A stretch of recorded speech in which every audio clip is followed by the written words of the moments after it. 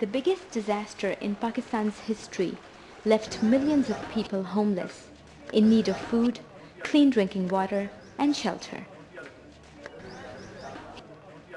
While the floods were still unrolling, ActionAid helped the most vulnerable people with food, shelter material, and household items.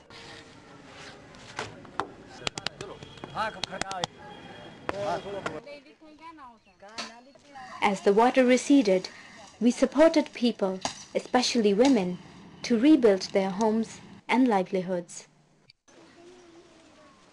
थोड़ा सा सब्जियां grow हो जाएंगी, घर की सब्जी हो जाएगी, लाइवलीहुड को सपोर्ट मिल गया है. We focused on people's emotional healing, children's education, and disaster preparedness.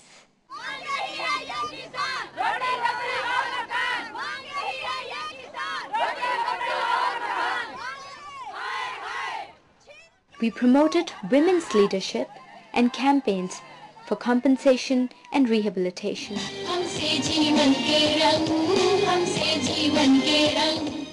Very true of the effect on women and girls.